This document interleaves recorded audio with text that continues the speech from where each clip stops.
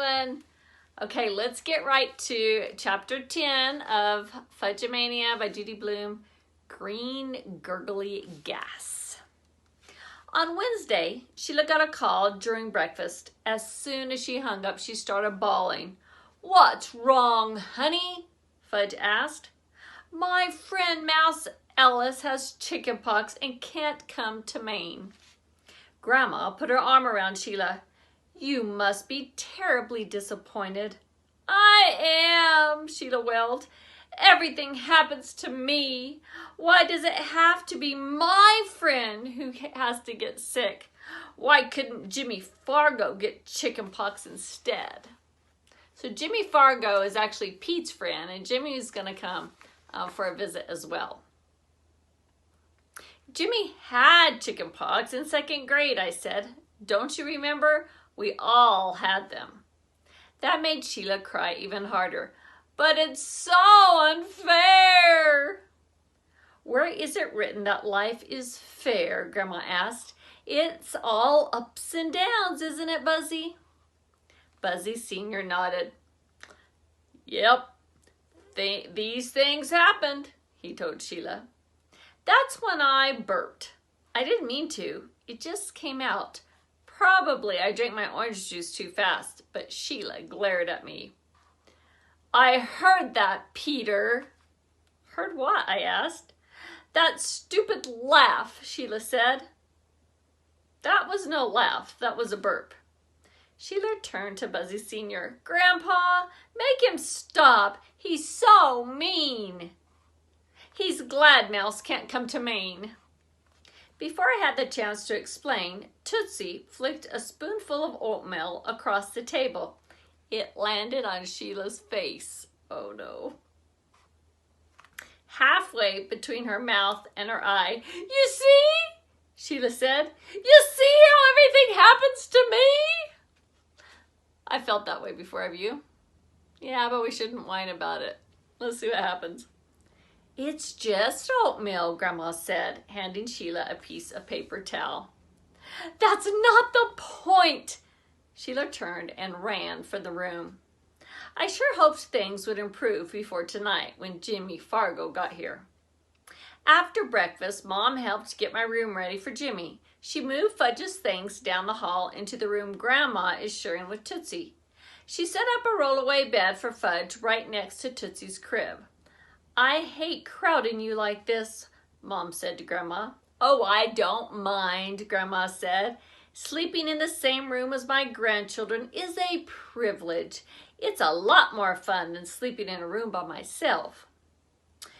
"You should get married, Grandma," Fudge said. "Then you wouldn't have to sleep in a room by yourself." He jumped on the rollaway bed. "That bed isn't designed for jumping," Mom told him. "It's going to collapse if you don't stop." Fudge tumbled off the bed like some Olympic gymnast and landed on his feet. If I tried that, I'd probably break a leg. Do you still snore, Grandma?" Fudge asked. "Fudgy," Mom said. "That's not a polite question."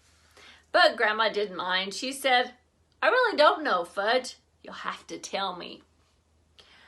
"Snoring keeps the monsters away," he said. "Yes," Grandma said. "I'm sure it does." "When I get married, I won't have monsters in my room," Fudge said. "Says who?" I said. "You don't get monsters when you sleep in a bed with someone else." "That's why you want to get married," I said, "so you don't get monsters in your room?" "Why else would I get married?" "You should talk to Mitzi," I told him. "She's got monster spray." "Monster spray?" "Misty monster spray," I said in a deep voice, trying out my commercial. "Made from Grandma's secret formula. Spray twice a day and melt the monsters away." Really, Peter," Mom said. But Fudge liked the idea. He jumped back onto the rollaway bed and bounced up and down singing, "Monster spray melts your monsters away." "Fudgy," Mom warned, but it was too late. Both ends of the rollaway bed sprung up, catching Fudge in the middle. I imagine the headlines in tonight's paper, 5-year-old flattened by rollaway bed. Get me out of here, Fudge yelled. Okay. Mom and Grandma held the bed apart and pulled him out. Stupid bed, Fudge cried, kicking it. If you do that to me again, I'm going to chop you up in little pieces. Now, let's not blame the bed, Mom said. Later, when we were out in the backyard, Fudge told Buzzy Sr. what had happened. Those beds can be very tricky, Buzzy Sr. said. Fudge nodded. Then, out of nowhere, he said, Do you snore, Buzzy? I used to snore, Buzzy Sr. said, as if Fudge's questions were perfectly natural. But since I sleep alone now, I really don't know. How come you sleep alone? Because my wife died. Fudge got this serious look on his face. You could tell he was thinking hard, but after a minute his face lit up and said, You should sleep with my grandma. Fudge, Mom said. Well, they're best friends, Fudge told her, like Pete and Jimmy. And Jimmy's gonna sleep in Pete's room, right? Buzzy Sr. and Grandma looked at each other and laughed. That afternoon, the sky turned gray and it started to drizzle. The Tubmans decided to drive to Bar Harbor. That's the town where all the tourists go. It's got hundreds of little shops selling t-shirts with sayings about Maine, like cool as a moose in Bar Harbor, or Maine, 50 miles from Nebraska. Count me out, Libby said. I've got to be at work by 3.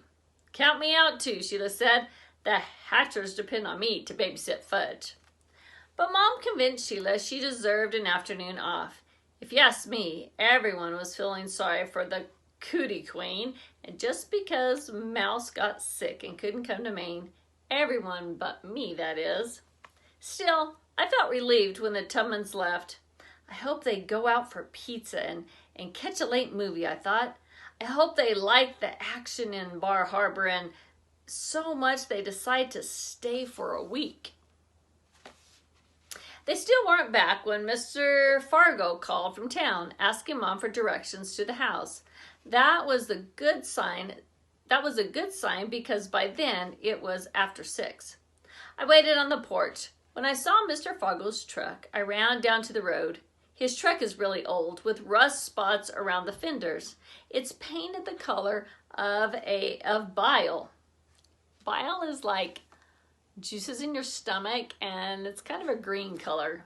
All right, that's gross. Not that I've ever seen bile, but last year in school we learned about the digestive system, and that's the way I imagine it, a sick greenish brown color. Okay, maybe it's brown. Turtle barked. It's Jimmy, I told him, as I waved Mr. Fargo into the driveway. At first, Jimmy couldn't get out of the truck. The door on his side wouldn't budge. He kicked it a couple of times, then banged it with his shoulder. Finally, it creaked open. By then, we were laughing. Turtle jumped up and tried to lick Jimmy's face. Good boy, nice doggy, Jimmy said, patting him. Turtle knows a friend when he sees one, I said. Jimmy gave me a big hug and we slapped hands. It was great to see him, but that didn't stop me from checking over my shoulder. I hoped the Tubmans wouldn't show up now. Jimmy also took a look around. You were right, he said. You can't even see Sheila's house from here. I guess it's through those woods over there. Well, see, I began. But then Mom opened the front door and called to us. Inside, Dad had a fire going in the big stone fireplace. Fudge was stretched out on the floor, with his Crayolas illustrating chapter 1 of his book. Tootsie was scooting around on her Toodle bike, and Grandma was reading. She put down her book to greet Mr. Fargo. Jimmy headed straight for Uncle Feather's cage. Bonjour, stupid, he said. Bonjour, stupid, Uncle Feather answered. Jimmy laughed.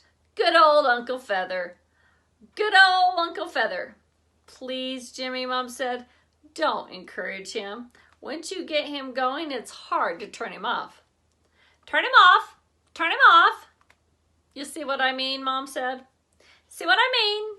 See what I mean? I motioned for Jimmy to sneak away from Uncle Feather's cage. Jimmy got down on all fours and crawled across the living room out of Uncle Feather's sight.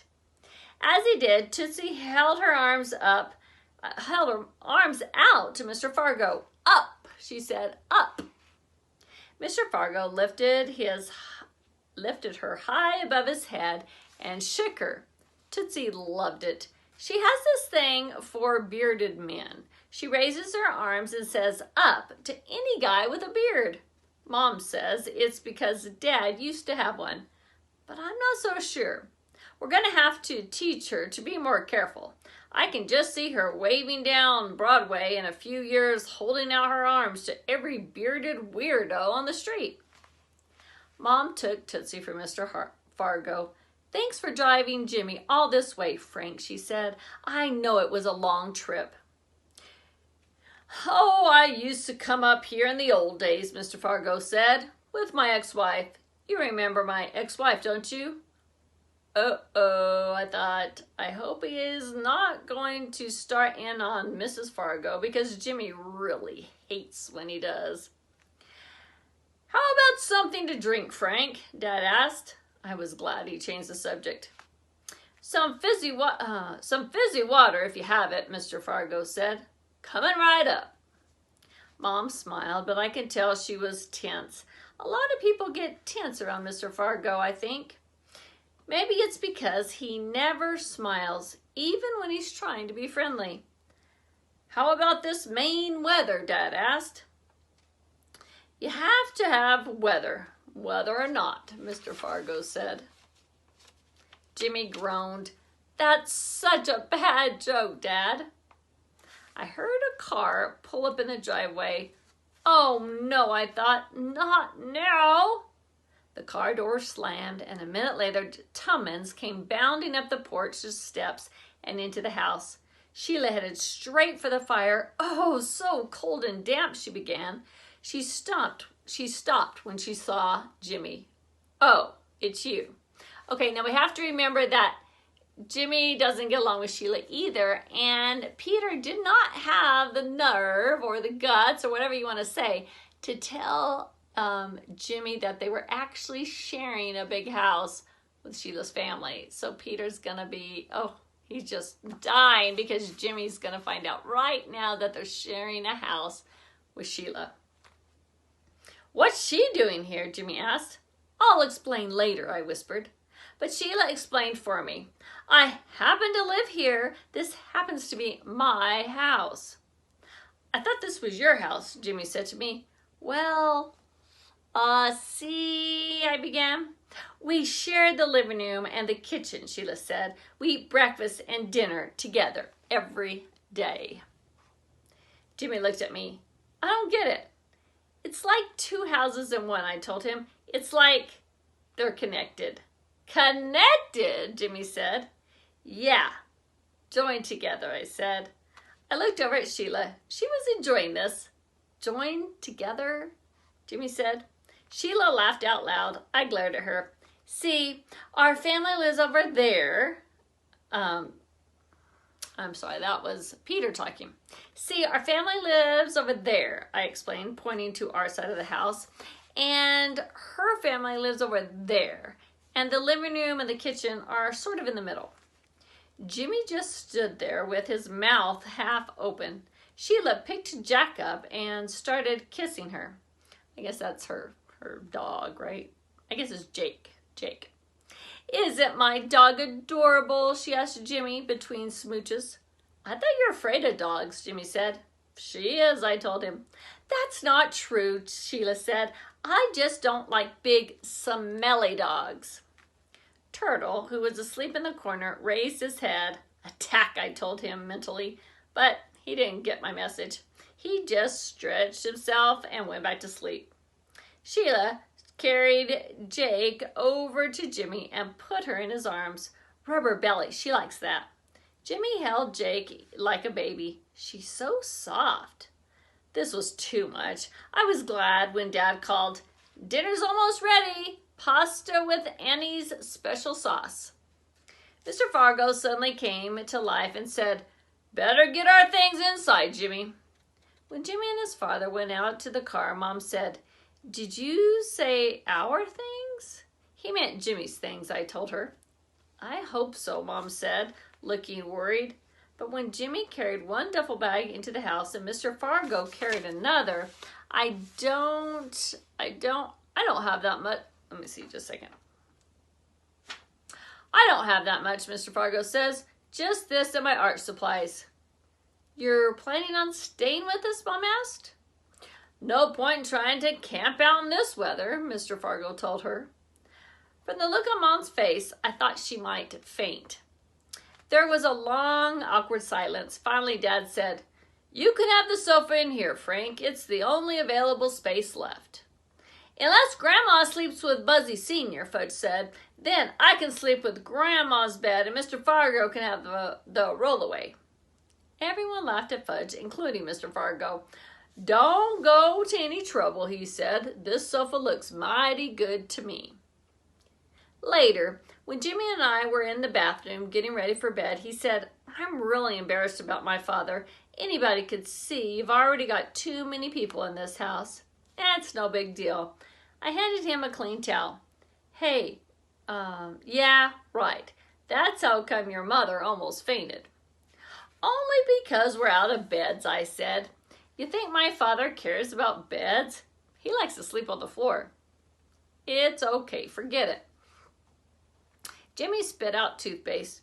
"You know, he's weird. He doesn't mean to be, but I know he is." "He's not that weird."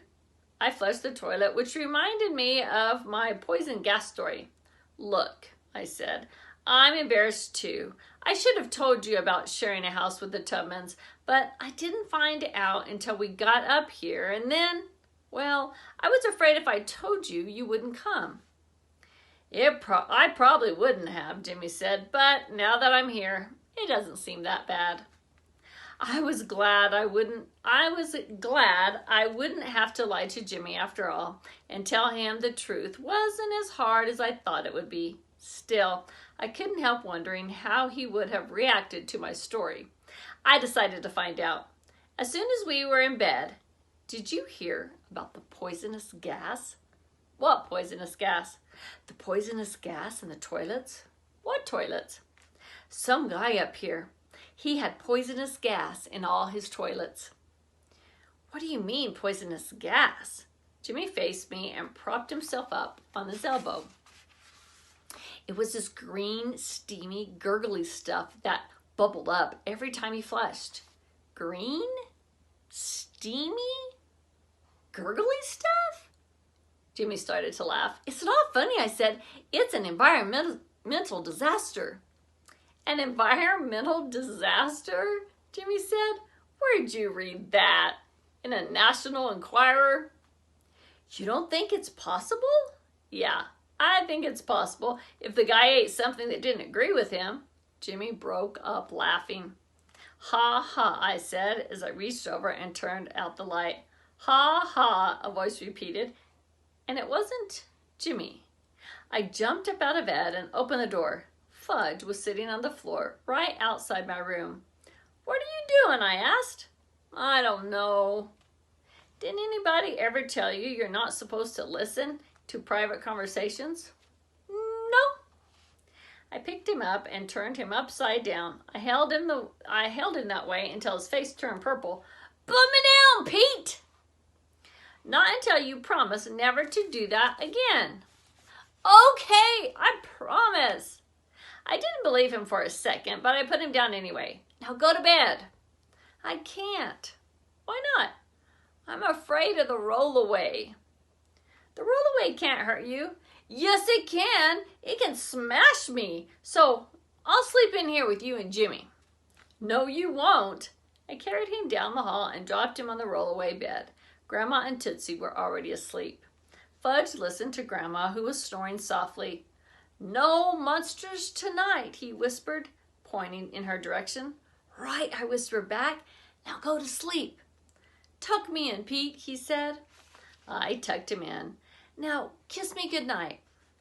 I was about to drop a light kiss on his forehead when he reached up, grabbed me around the neck, and pulled me down. Then he planted a big, wet smackaroo right in the middle of my face. Sweet dreams, Pete. All right, that's all for today. Tomorrow, chapter 11 is the ISAF Club. No idea what that stands for, but we'll see next. ISAF. No idea. Okay, bye-bye.